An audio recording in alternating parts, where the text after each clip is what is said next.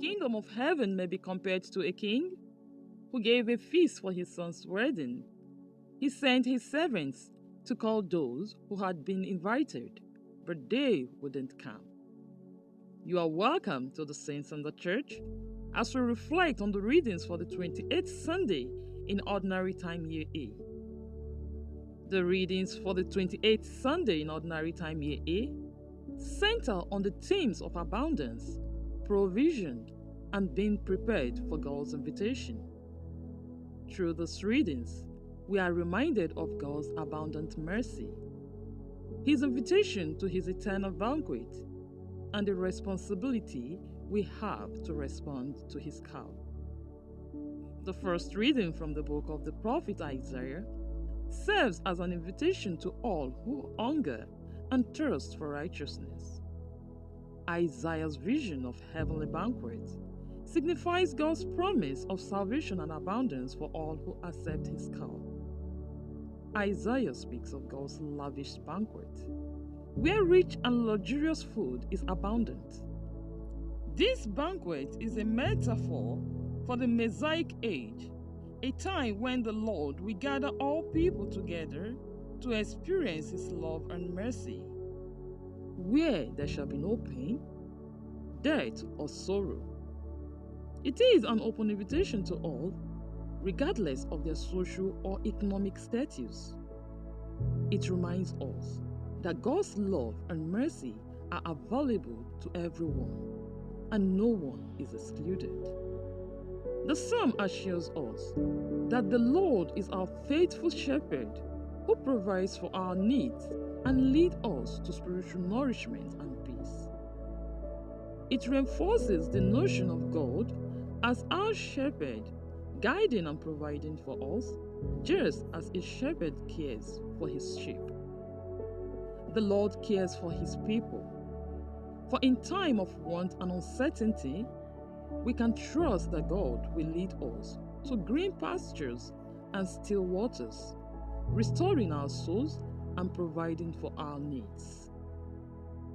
Paul's letter to the Philippians is a great example of how we can find contentment through Christ's strength.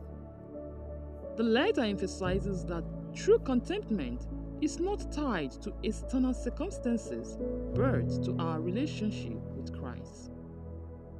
As we journey in our Christian faith, we learn to be content in all circumstances and can find assurance in Christ's sustaining power. The passage further encourages us to be generous and assures us that when we give, God will supply our needs abundantly. Our giving brings glory to Him and helps us to trust in Him even the more. In the Gospel of St. Matthew, Jesus tells the parable of the wedding feast.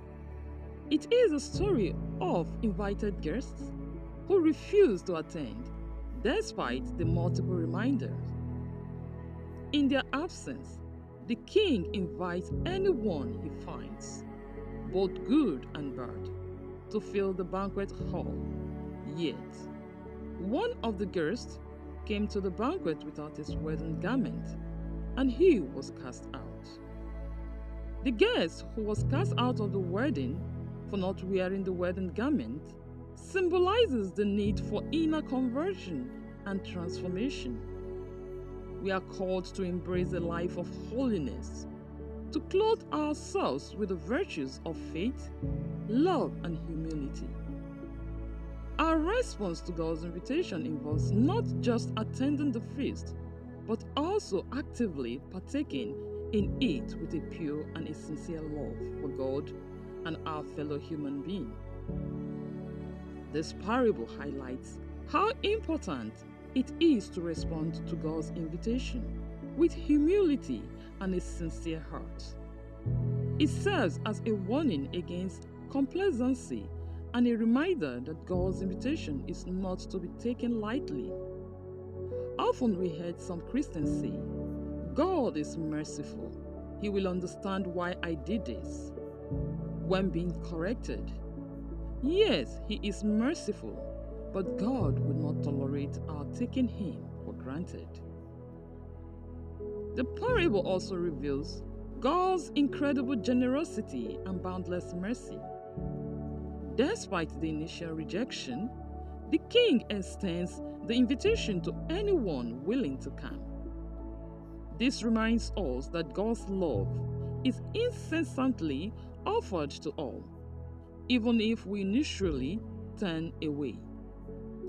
God's mercy is unfathomable, and we should embrace it with gratitude and humility. This parable challenges us to reflect on our own response to God's invitation. Do we have a genuine desire to participate in His banquet, or do we succumb to worldly distraction and selfish desires? Are we willing to leave everything behind and humbly accept His invitation, or do we prioritize our own personal interests? This parable encourages us to examine our hearts and discern our true intention towards God.